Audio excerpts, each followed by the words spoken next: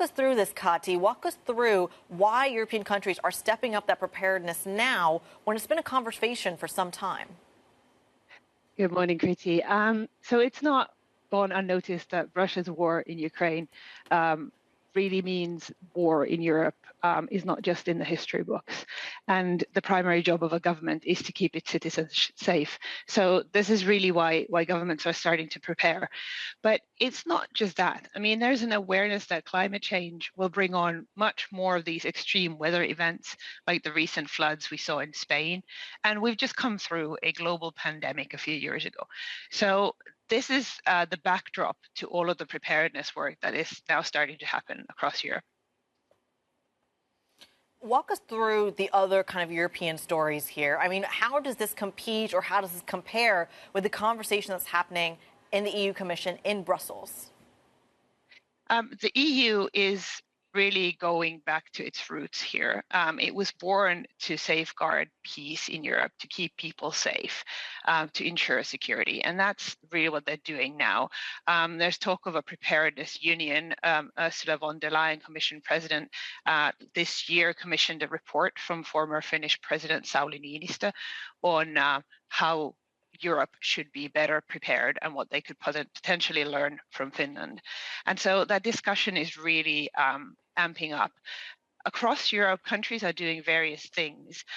You already mentioned Sweden starting to send these leaflets to households. Finland's put up the website on how to prepare for various crises. In Denmark, they're thinking about what to do for the banking system. In case power was out for a week, how would you pay for groceries?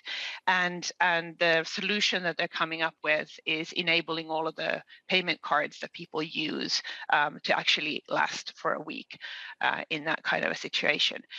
Lithuania is doing a lot of work on stockpiling medicines, and that's part of a larger EU effort to put in 22 medical stockpiles in 16 EU nations.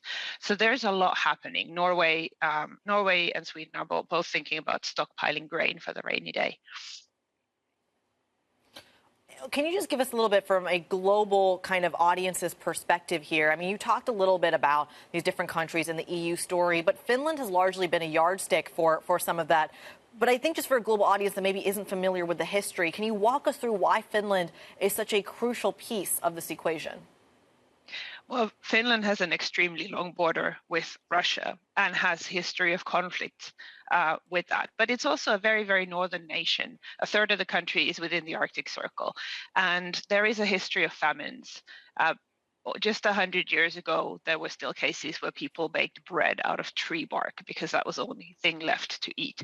So there has been this long-standing effort to ensure there's enough food.